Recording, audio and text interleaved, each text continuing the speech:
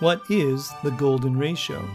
It's the ratio of sides of a special rectangle, a golden rectangle. If you cut off a square, the leftover rectangle has the same proportions as the original rectangle. That is, a plus b over a equals a over b.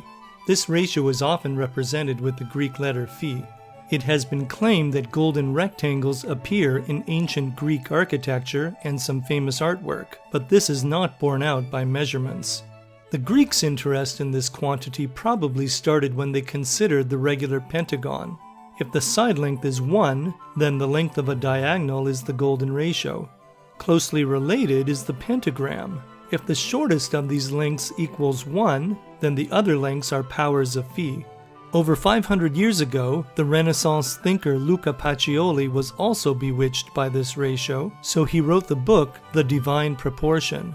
Illustrated by his friend Leonardo da Vinci, the book studies various geometric solids and the golden ratio's appearance in architecture and the human body.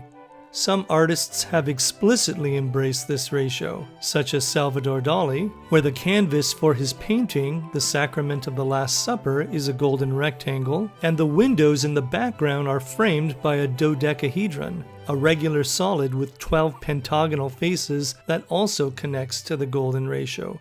I don't want to argue for or against the golden ratio in nature and art, but rather show the many cool ways where the golden ratio appears in mathematics. First, what is the value of the golden ratio?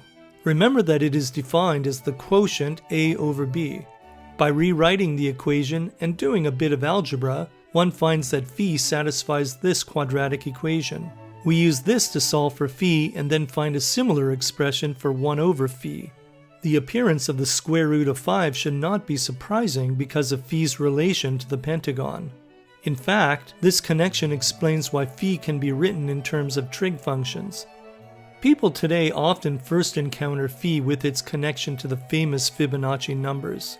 By taking the ratio of consecutive Fibonacci numbers, the limit of these ratios approaches phi.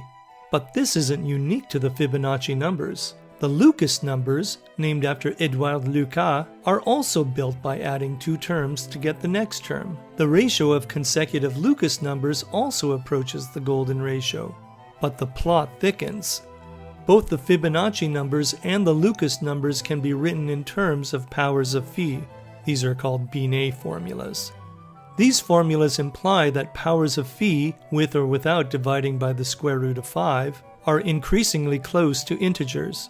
As a bonus, here are 2 formulas that connect powers of the golden ratio to the Fibonacci numbers. Okay, let's get back to geometry.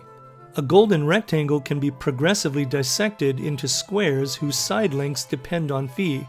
Some people also like to draw the golden spiral. But how can we construct phi geometrically? Start with 4 1x1 squares. Connect these 2 corners, then construct this circle. The length of the red segment is phi. Can you see why this is true? There are other ways to get phi geometrically. Here's a way with 2 squares and a circle. Here's a way with 3 squares and a circle. Here's another way with 3 squares and a circle.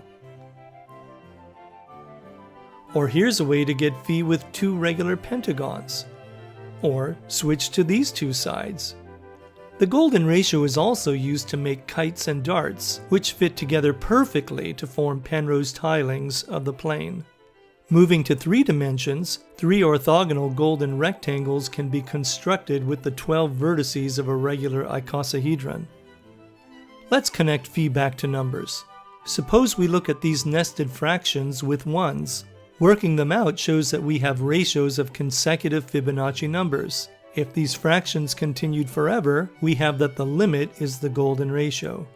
A way to see this without Fibonacci numbers is to label the continued fraction as x. Notice that the continued fraction in the red box is also x, leaving us with this simple expression.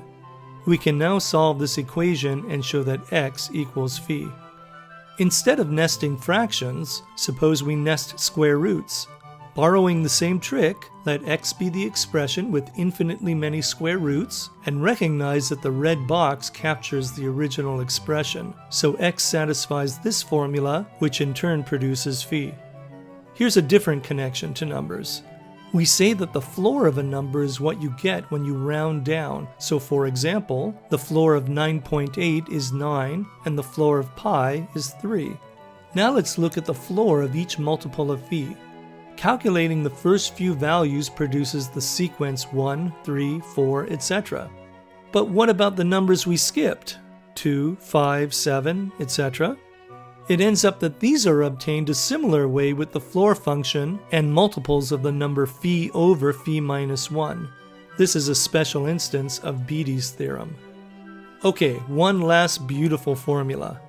This eye-catcher connects an infinite series that involves the golden ratio to an infinite continued fraction involving the Fibonacci numbers. It's so nice that it almost puts a smile on your face.